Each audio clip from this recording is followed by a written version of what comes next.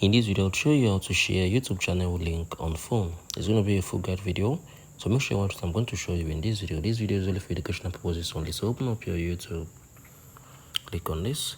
So if you love to share your YouTube channel link to your friends and to your family, what you need to do, if you're using your phone or your mobile, just click on view channel, click on this. So you can just come on here, click on channel URL, just copy the link. So this is how you can basically share the channel link on your phone. Or let me say this is my friend, so I'll just open this up. So what I need to do now, you're gonna see the three dotted icon at the top, click on it. You're gonna be able to see share, click on it. So you can be able to copy this my friend's channel link and share to my friends, my family, or loved ones if I'm using my phone. If you found this video helpful, share your thoughts below in the comment section. Thank you for watching. I'll see you on the next video.